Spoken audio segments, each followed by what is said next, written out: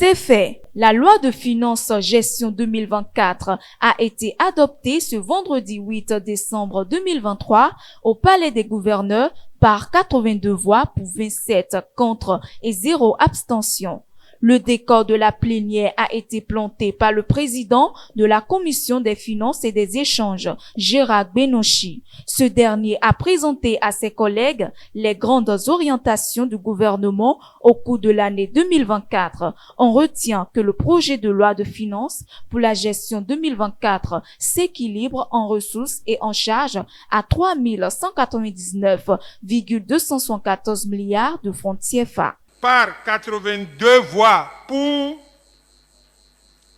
27 contre et 0 abstention.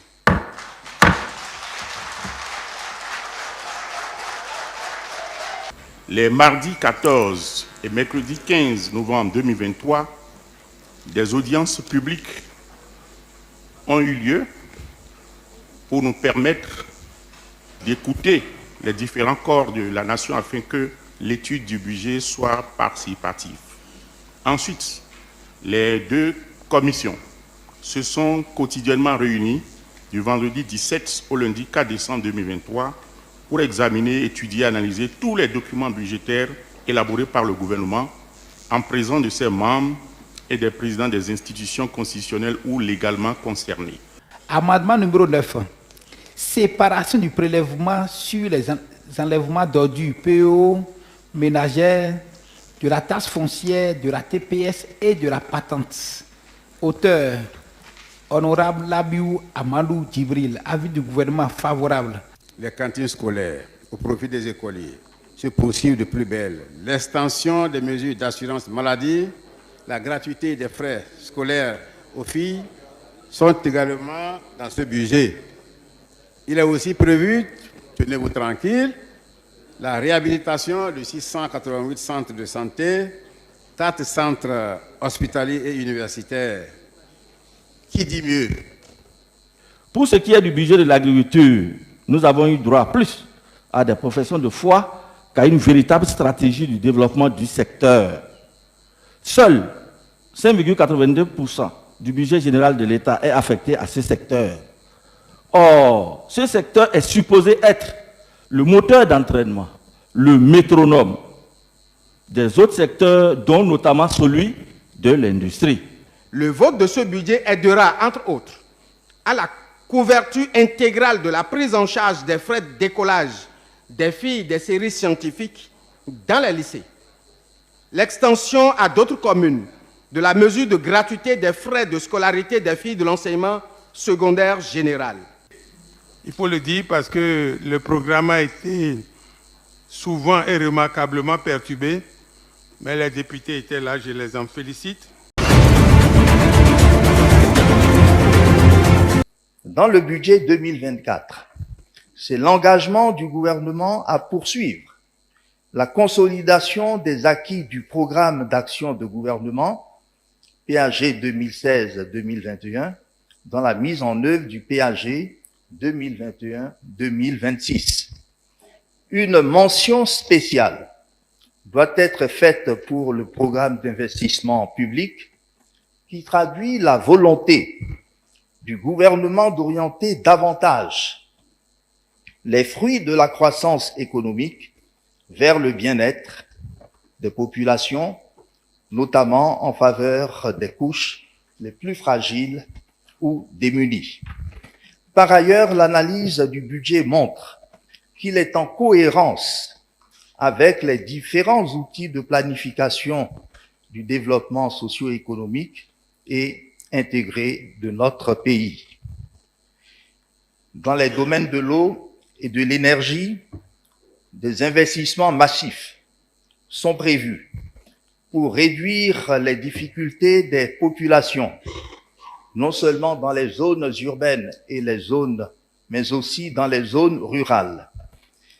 L'assainissement du cadre de vie, la construction de logements sociaux, la construction d'infrastructures éducatives, le transfert monétaire à des ménages pauvres ou extrêmement pauvres, et autres programmes de filets sociaux, ainsi que les investissements importants prévus dans le domaine de la santé, font de ce budget à la fois un budget social et un budget de développement. En matière de dette, le gouvernement a opté pour des engagements financiers rationnels, en veillant à la viabilité et à la soutenabilité de la dette publique afin de préserver l'avenir des générations futures.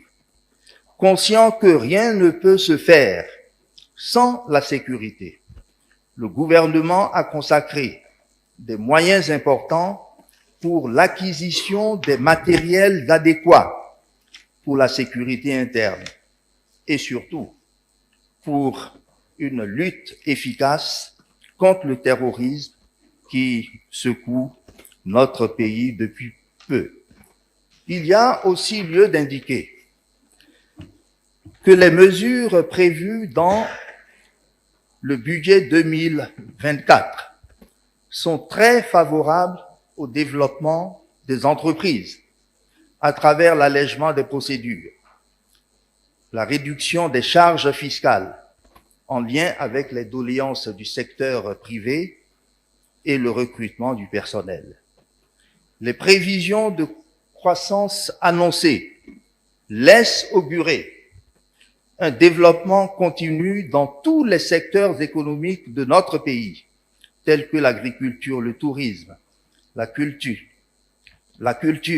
le sport, le numérique, l'éducation avec le démarrage effectif des lycées techniques et professionnels pour une meilleure adéquation entre la formation et l'emploi, sans oublier le développement industriel sur le site de la zone spéciale économique de Glo-Djibé.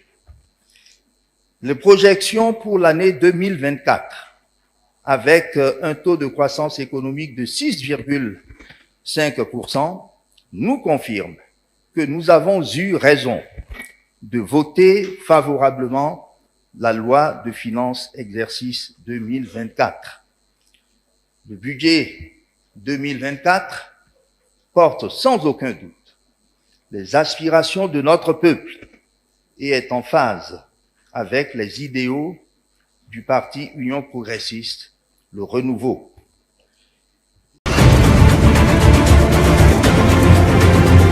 Mesdames et messieurs les journalistes, eh bien pour l'événement, l'Assemblée vient de voter au terme de plusieurs semaines d'activité le budget exercice 2024 du gouvernement du président Talon d'un montant de 3 199 milliards 274 millions. Les députés de l'Assemblée nationale, toutes tendances confondues, ont au cours de cet exercice passé au peigne fin le budget prévisionnel de chaque ministre du gouvernement. Le groupe parlementaire Bloc républicain se réjouit de cette issue heureuse pour le gouvernement qui dispose dès aujourd'hui de son budget et de quelques semaines pour préparer sa mise en œuvre. Le BR tient en ce moment même à remercier tous les députés pour leurs efforts. À propos de ce budget, le BR voudrait se féliciter de l'aboutissement de ses efforts de négociation intenses avec les membres du gouvernement et des institutions en vue de traduire dans ce budget les profondes aspirations des populations béninoises. Il faut saluer 1. La prise en compte par le gouvernement de 36 amendements sur les 38 déposés par les députés. 2. La constante progression de la croissance économique du pays malgré un environnement international difficile. 3. l'impact hautement social de ce budget à travers 26 mesures nouvelles qui touchent les agriculteurs, les artisans, les industriels, les sportifs et le monde des affaires en général.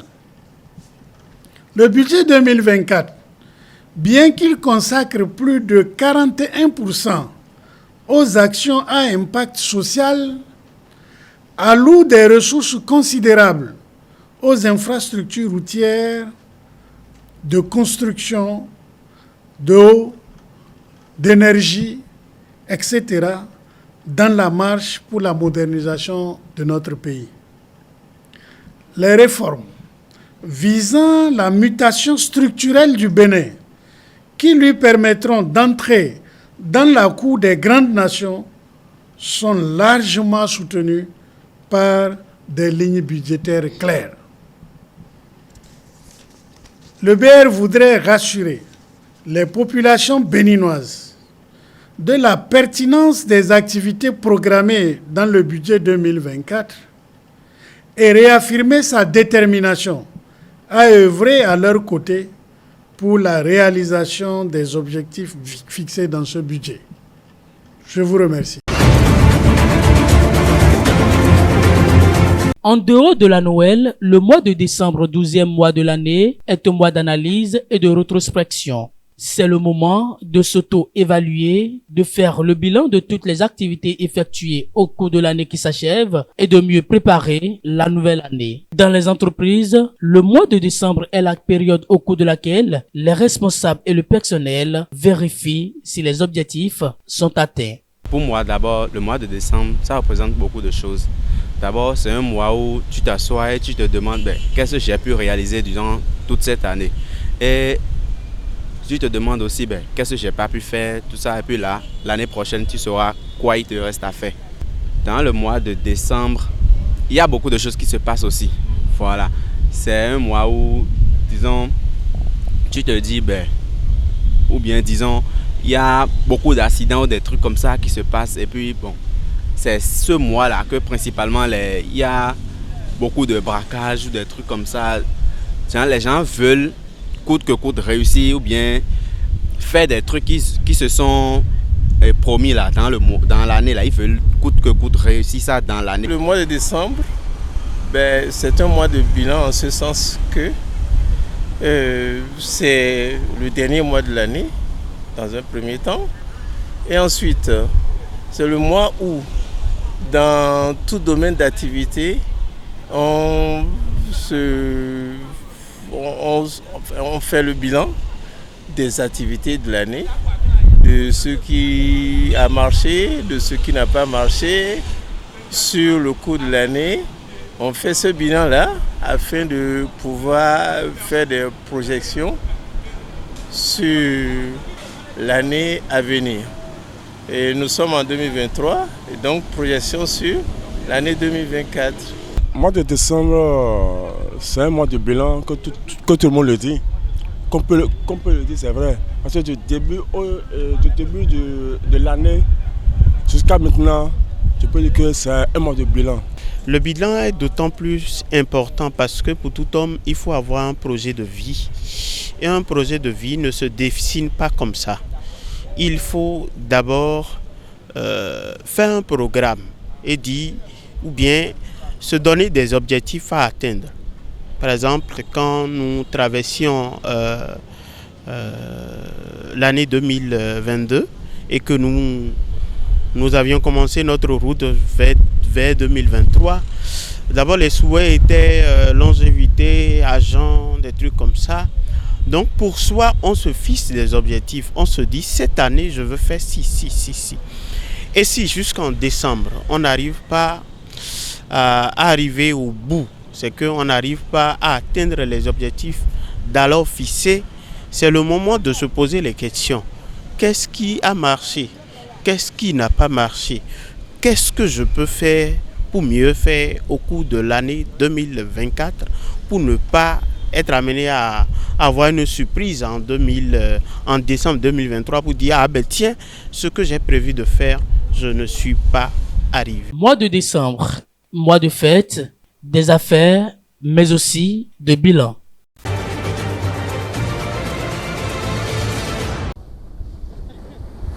Une méga raffinerie construite au Nigeria par Aliko Dangote a reçu ses premiers barils de pétrole brut. Depuis vendredi, en effet, 1 million de barils en provenance du champ pétrolier offshore d'Agbami au large du delta du Niger ont été déchargés par bateau à la raffinerie située dans la zone franche de Lekki, à l'est de Lagos, la capitale économique. Le milliardaire nigérian a salué une étape importante alors que son projet pétrolier accumulait moult retards. Le top départ du raffinage du pétrole était prévu initialement pour fin juillet. La mise en service de la raffinerie doit permettre au Nigeria d'en finir avec les fréquentes pénuries de carburant. Le Nigeria, avec ses 215 millions d'habitants, est l'un des plus gros producteurs de pétrole en Afrique, mais il importe la quasi-totalité de son carburant en raison de la défaillance de ses raffineries d'État.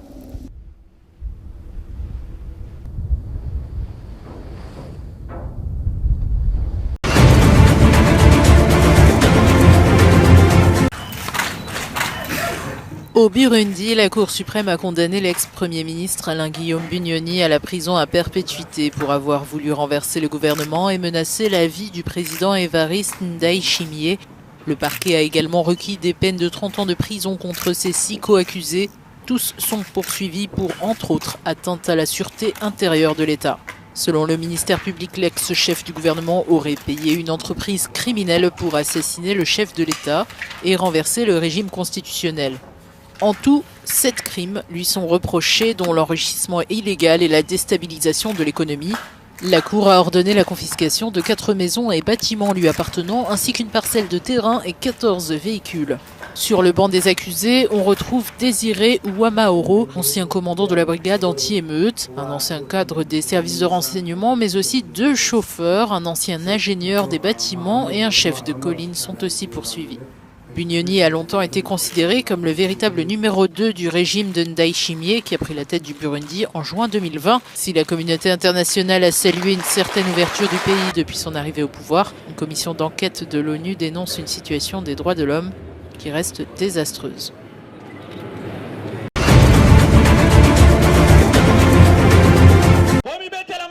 En meeting électoral samedi, place Sainte-Thérèse dans la commune de Kimbontseke, dans l'est de Kinshasa, la capitale, Moïse Katumbi a promis de libérer son pays. Mais pas que. Le candidat du parti Ensemble à l'élection présidentielle du 20 décembre en RDC a aussi promis le changement, accusant le président sortant de n'avoir pas tenu ses promesses. Je vais changer le pays, je suis venu libérer le pays. Fils du Congo, qu'allons-nous libérer? Le pays. Quand? Le 20 décembre. Ils disent qu'ils n'ont pas d'argent pour louer des avions. Je dis que je leur donnerai l'argent pour organiser les élections. Ai-je mal fait? Non. Le riche homme d'affaires est attaqué pendant la campagne sur sa nationalité. Dernière sortie sur la polémique, celle de Jean-Pierre Bemba, ministre congolais de la Défense, qui a insinué que l'ancien gouverneur du Katanga était zambien. Ils disent que je suis un étranger. Non. Qui sont les étrangers? Lesquels ont fait plus de 666 voyages à l'étranger? Eux. Au démarrage de la campagne officielle le 19 novembre, il y avait 26 candidats à la présidentielle en RDC. Depuis, 4 se sont ralliés à Moïse Katumbi, dont l'ancien Premier ministre Augustin Matata Mponyo.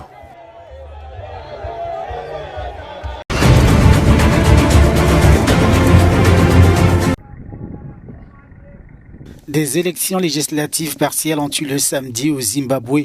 Le scrutin intervient après la destitution des députés de la coalition pour le changement, la principale formation de l'opposition élue en août. Le vote de samedi s'est déroulé sans les candidats de l'opposition, disqualifiés par la justice zimbabwéenne.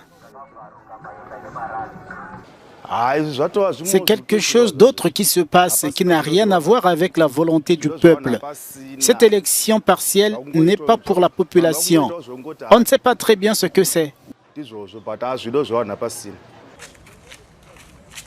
Une autre décision de justice rendue tard dans la nuit de vendredi à samedi a permis aux candidats de la ZANU-PF de remporter l'un des sièges de la capitale Harare sans être contesté.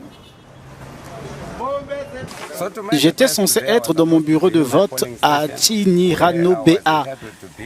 Il est donc fermé, ils ont soulevé toutes les tentes, ils ont tout pris et sont partis avec. Après, on nous a dit que Sakou Poigna était élu député de Mavuku. Nous sommes maintenant surpris. Qui a voté pour lui?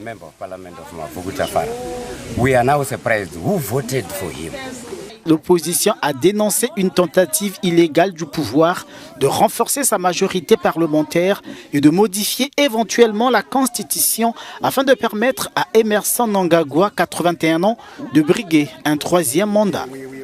Nous sommes très en colère. Comment pouvez-vous imposer un candidat à la place de celui qui a été élu? J'ai été dûment élu le 23 août et dans ce cas, je reste et je demeure le chouchou du peuple. Vous pouvez me retirer du Parlement et de toute autre institution gouvernementale, mais jamais du cœur et de l'esprit des habitants de Mavuku. Le parti au pouvoir a remporté 177 des 280 sièges du Parlement lors des élections nationales, mais il lui manque encore 10 sièges pour obtenir la majorité de 2 tiers.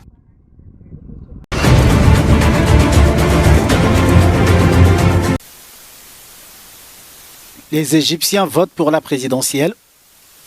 Au moins 67 millions d'électeurs sont attendus aux urnes dimanche, lundi et mardi lors de ce scrutin sur fond de crise économique. Abdel Fattah al-Sisi est candidat à sa propre succession. Le président sortant a pour adversaire Farid Zaran, Abdel Sanad Yamama et Azem Omar. Face à ces novices de la scène politique, Abdel Fattah al-Sisi file droit vers un troisième mandat. Dans ces conditions, le taux de participation reste l'unique inconnu du scrutin. Au présidentiel de 2014 et 2018, l'ex-maréchal, arrivé au pouvoir en 2013 en renversant l'islamiste Mohamed Morsi, l'avait emporté avec plus de 96% des suffrages. Loin de passionner les foules, la campagne présidentielle s'est déroulée en novembre dans l'ombre de la guerre entre le Hamas et Israël qui accapare l'attention des médias et de l'opinion publique.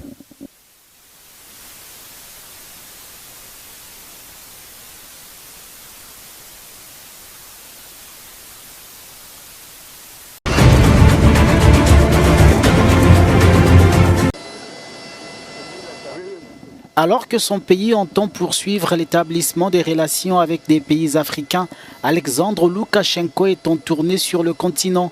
Le président du Bélarus est arrivé samedi en Guinée équatoriale. Au cours de cette visite à Malabo, des accords ont été conclus sur le lancement de la première phase du centre régional pour la promotion des produits biélorusses sur le marché d'Afrique centrale, selon les déclarations faites par Alexandre Loukachenko à la presse. Industrie, éducation, santé ou agriculture font partie des domaines de travail évoqués au sein d'une commission mixte de coopération entre les deux pays depuis plusieurs mois. Les projets établis dans ces accords bilatéraux devraient être réalisés d'ici à 2026. Ce voyage intervient après celui effectué par Teodoro Obiangema Bazogo à Minsk en septembre.